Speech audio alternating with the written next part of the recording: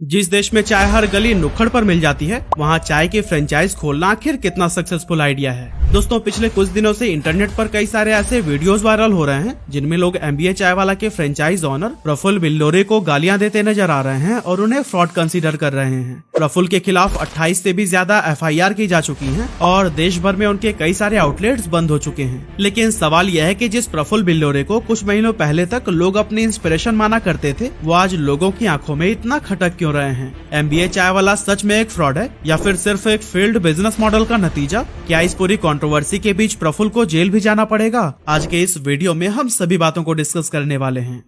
दोस्तों, सबसे पहले तो मैं यह क्लियर कर देना चाहता हूँ कि ये वीडियो एमबीए चाय वाला के ऑनर प्रफुल्ल पर कोई पर्सनल अटैक नहीं है, बल्कि आज हम सिर्फ इनके बिजनेस मॉडल को एनालाइज करने वाले हैं और इसके फेल होने का कारण ढूंढने वाले हैं। तो दोस्तों, प्रफुल्ल जब 14 जनवरी 1996 को एमपी के धार में पैदा हुए, तब वो एक मिडिल क्लास फैमिली से बिलोंग करते थे और जैसा कि एक टिपिकल मिडिल क्लास फैमिली में होता है, उनके पेरेंट्स भी चाहते थे कि वो पढ़ लिख कर कोई अच्छी सी जॉब कर लें। लेकिन प्रफुल्ल हमेशा से ही बिजनेस करने और एंटरप्रेन्योर बनने का सपना देखा करते थे। 20 साल की उम्र में वो कैट के एग्जाम में फेल हो जाते हैं और उन्हें अपने करियर का पहला मेजर सेटबैक मिलता है। प्रफुल्ल एमबीए करने के लिए आईआईएम अहमदाबाद जाना चाहते थे, जो कि उनके पिता का भी सपना था। लेकिन फैमिली प्रेशर की वजह से उन्हें एक प्राइवेट कॉलेज ज्वाइन करना पड़ जाता है। पर यहाँ पर प्रफुल्ल का पढ़ाई में बिल्कुल भी मन नहीं लगता है और इसी को देखते हुए वो कॉलेज छोड़ देते हैं। अब दोस्तों, आपको बता दूं कि प्रफुल्ल इस दौरान मैकडॉनल्ड्स में भी जॉब कर रहे थे, लेकिन उन्हें वो काम कुछ खास पसंद नहीं आता और इसी वजह से करीब 50 दिनों तक मैकडॉनल्ड्स में काम करने के बाद वो अपनी जॉब छोड़ देते हैं और आईआईएम अहमदाबाद के पास ही एक चाय का स्टॉल खोल लेते हैं। अब पहले दिन तो उन्हें 1 रुपए की भी कमाई नहीं होती है, लेकिन दूसरे दिन वो 300 रुपए कमा लेते हैं और इस तरह से प्रफुल्ल बिल्लोरे का चाय का बिजनेस शुरू हो जाता है। धीरे धीरे वो पॉपुलर होने लगते हैं और उनकी सेल्स हजारों में पहुंच जाती है। अब प्रफुल्ल इसका फायदा उठाते हैं और सोशल मीडिया पर भी अपनी अच्छी खासी ब्रांड आइडेंटिटी बना लेते हैं। साथ ही साथ वो एमबीए चाय वाला का फ्रेंचाइज बिजनेस भी शुरू कर देते हैं, जो कि स्टार्टिंग में बहुत सक्सेसफुल साबित होता है। आज भारत में एमबीए चाय वाला की 100 से भी ज्यादा आउटलेट्स हैं और प्रफुल्ल की पर्सनल नेटवर्थ भी 25 करोड़ से ज्यादा मानी जाती है। साथ ही सोशल मीडिया पर उनकी फैन फॉलोइंग लाखों में है। अब दोस्तों, अगर इस पूरी स्टोरी का कंक्लूजन निकालें तो एक मिडिल क्लास से आने वाला लड़का जिसे अपनी लाइफ में बहुत सारे स्ट्रगल करने पड़ते हैं और जिसका एमबीए का सपना भी पूरा नहीं हो पाता, वो एक दिन अपनी चाय की टपरी लगाता है और इस बिजनेस को इतना बड़ा बना लेता है जितना कोई सोच भी नहीं सकता था। अब हर मिडिल क्लास से आने वाला इंसान प्रफुल्ल बिल्लोरे की इस स्टोरी से कनेक्ट कर पाता है और वो भी प्रफुल्ल की तरह सक्सेसफुल बनना चाहता है। प्रफुल्ल ने सबके दिमाग में ये सवाल डाला कि अगर वो सक्सेसफुल हो सकते हैं तो दूसरे क्यों नहीं। साथ ही उन्होंने मिडिल क्लास से आने वाले यूथ को बिजनेस करने के लिए इंस्पायर भी किया। लेकिन अब बड़ा सवाल ये है कि क्या सच में लोग प्रफुल्ल से इंस्पायर हुए थे? वेल, यहाँ आपके और मेरे ओपिनियन डिफरेंट हो सकते हैं, लेकिन इसका जवाब मैं नहीं में दूंगा, क्योंकि अगर वो सच में प्रफुल्ल के स्ट्रगल और उनकी स्टोरी से इंस्पायर हुए होते तो फिर वो भी प्रफुल्ल की तरह एक छोटे से बिजनेस से सक्सेस की सीढ़ियां चढ़ने की ट्राई करते।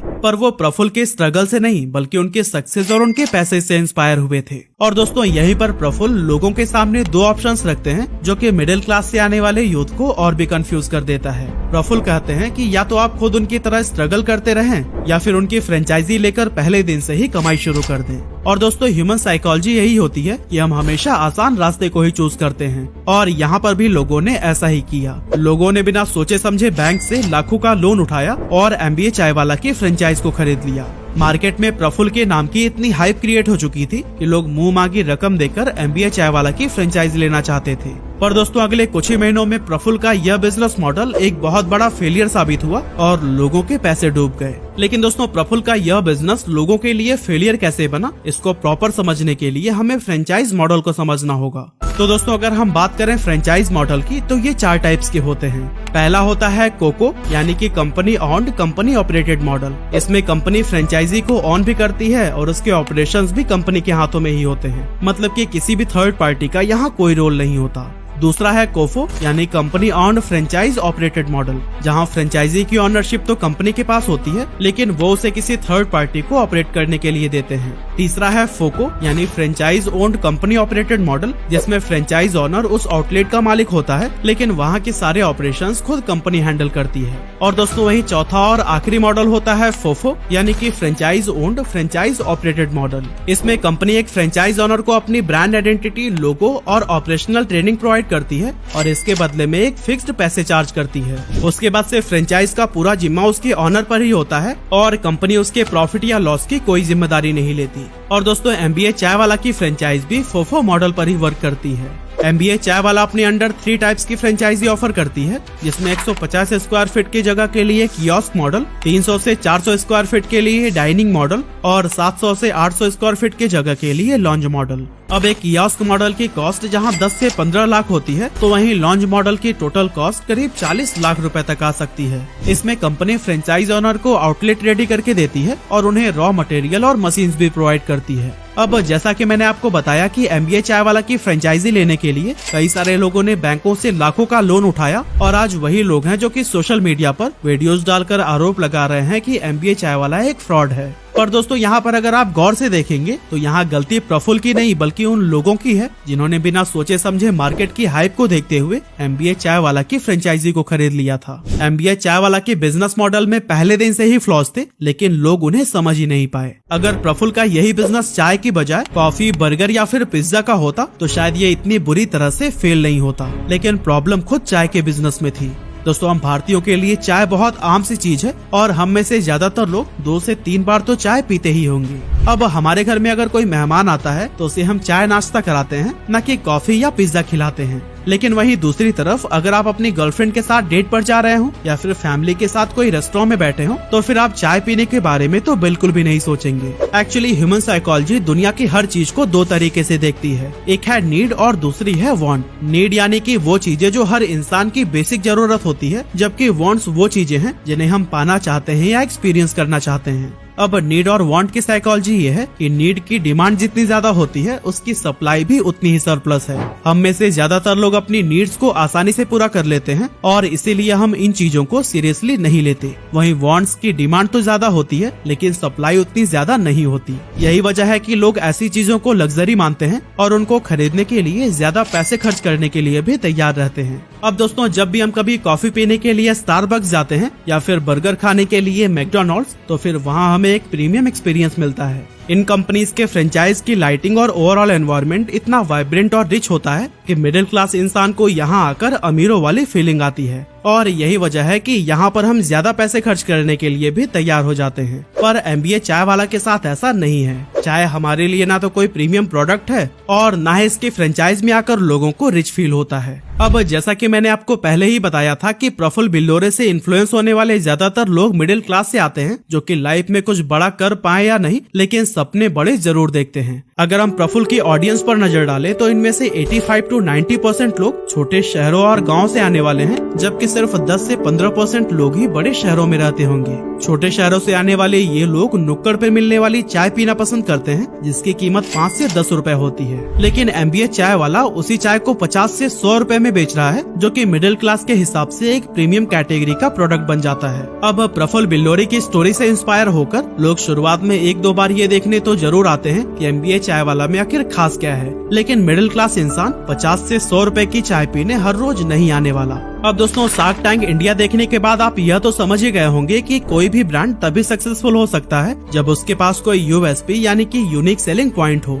सिंपल वर्ड्स में कहूँ तो जब भी किसी ब्रांड के पास कुछ ऐसा होता है जो कि उनके कॉम्पिटिटर्स के पास नहीं है, तो लोग अपने आप ही उस ब्रांड की ओर अट्रैक्ट होने लगते हैं। लेकिन दोस्तों चाय के बिजनेस में क्या USP हो सकती है, और कोई सेम टेस्ट की चाय 10 रुपए की जगह कैफे में आकर 50 रुपए की क्यों ही पिएगा। MBA चाय वाला के पास सिर्फ एक ही USP है और वो है प्रफुल्ल बिल्लोरे और उनकी स्टोरी। मतलब कि MBA चाय वाला की पूरी ब्रांड आइडेंटिटी ही प्रफुल्ल की पर्सनल ब्रांडिंग से जुड़ी हुई है और ऐसे बिजनेसेस लॉन्ग रन में सक्सेसफुल नहीं हो सकते। अब अगर हम इसे एक एग्जांपल से समझें तो MRF के स्टिकर वाले बैट की पहचान सचिन तेंदुलकर और उनके शानदार खेल से है, लेकिन अगर वहीं जसप्रीत बुमराह MRF के बल्ले से खेले तो फिर उसमें कोई भी इंटरेस्ट नहीं लेगा। सेम हमें MBA चाय वाला के फ्रेंचाइज के साथ भी देखने को मिलता है। प्रफुल्ल बिल्लोरे के चेहरे के साथ तो इनकी आउटलेट चल जाती है, लेकिन लॉन्ग रन में फ्रेंचाइज ऑनर इसे प्रॉफिटेबल नहीं बना पाते हैं। सोशल मीडिया पर वीडियोस बनाकर MBA चाय वाला के फ्रेंचाइज ऑनर प्रफुल्ल को अब्यूज कर रहे हैं और उन पर आरोप लगा रहे हैं कि उन्होंने ज्यादा प्रॉफिट के सपने दिखाकर लोगों को इन्फ्लुएंस किया और उनके साथ फ्रॉड किया है।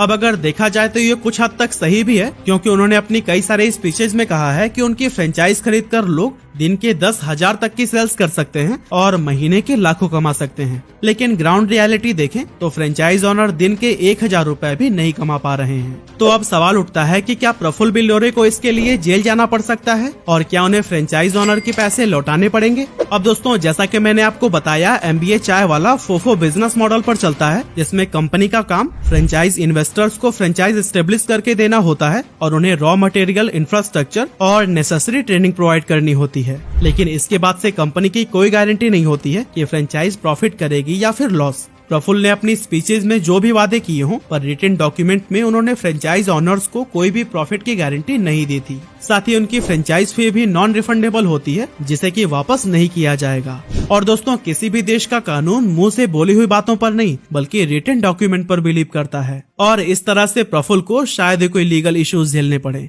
तो दोस्तों, मतलब यह है कि प्रफुल्ल पहले दिन से ही सेफ साइड पर थे और उन्होंने टेक्निकली कोई फ्रॉड नहीं किया है। इन्वेस्टर्स ने ज्यादा प्रॉफिट के लालच में मार्केट की हाइप को देखते हुए MBA चाय वाला की फ्रेंचाइज खरीदी और खुद का ही लॉस करा बैठे। तो दोस्तों, इस पूरे सिनारियो से हमें यही सीखने को मिलता है कि हमें कभी भी इमोशन में आकर कोई भी चीज नहीं खरीदनी चाहिए।